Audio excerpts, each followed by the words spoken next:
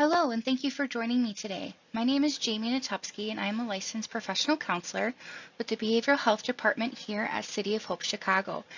I am the lead facilitator of City of Hope's Caregiver Support Group. These recordings and short presentations are available to our caregivers who cannot attend group on site. Here you will find helpful information and helpful tips within the caregiving role. What is the purpose of our Caregiver Support Group at City of Hope, Chicago? City of Hope offers a weekly opportunity to connect with other caregivers and discuss their experiences in this role. Topics will be available to start conversation if needed. It is important as caregivers that we take care of ourselves so that we can continue to tend to the needs of our loved ones. Topics of interest and concern are as follows. What does it mean to be a caregiver? How can I provide support to my loved one?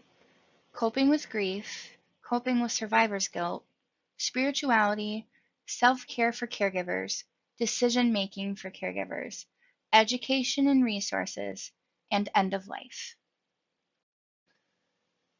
What does it mean to be a caregiver? Definition is a person who often most helps a person with cancer and is usually not paid to do so. Caregivers may be partners, family members, or close friends. Most often, they are not trained for the caregiver job. Many times, they are a lifeline of their loved one. Caregivers have many roles. These roles change as the patient's needs change during and after cancer treatment. As a caregiver, you have a huge influence, both positive and negative, on how your loved one deals with their illness. Your encouragement can help them stick to a demanding treatment plan and take other steps to get well, eat healthy meals, or getting enough rest. You play a huge part in your loved one's care team. What exactly is a care team? A care team is made up of you, your loved one, other family, and friends, and of course, medical staff. As a caregiver, you may find yourself working closely with the cancer care team in doing things like giving medications, managing side effects, reporting problems, trying to help other family members and friends informed of what's happening, helping to decide whether a treatment is working and is effective. As a part of a team, you will help coordinate your loved one's care. Caregivers often must keep track of prescriptions, know which tests are to be done, and make sure that all involved doctors know of your loved one's concerns and questions. Providing support and comfort. Your loved one may face many new challenges. As the caregiver, you can provide support and comfort to deal with these challenges. Scenario: a patient's white blood count drops, they develop a fever, and as a result, they need to go to the hospital. This can be very upsetting and may be seen as a setback. Help address their concerns by pointing out that the patient will need to be in the hospital for a short period of time to be on treatment and making sure that the infection is under control. Make sure that the patient has everything they need while staying in the hospital, including doctor prescriptions for non-cancer related medication.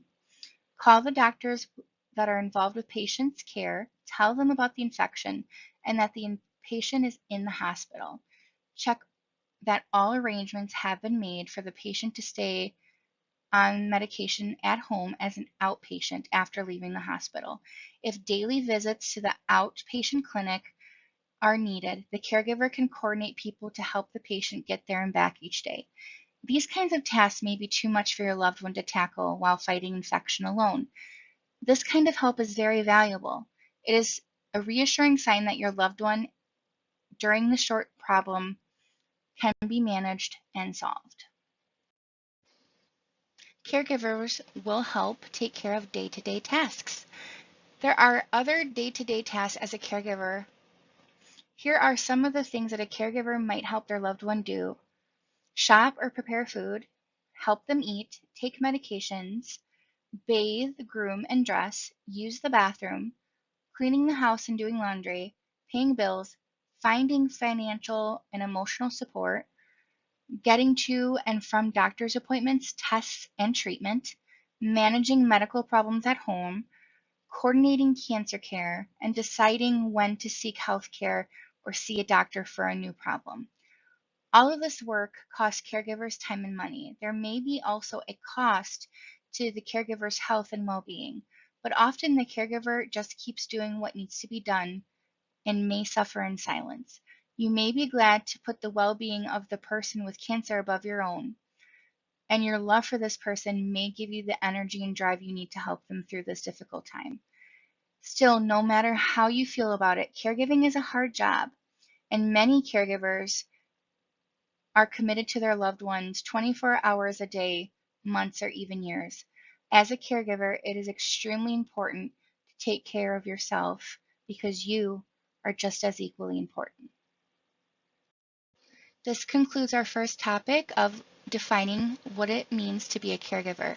This information was brought to you by City of Hope and the American Cancer Society. Thank you for joining.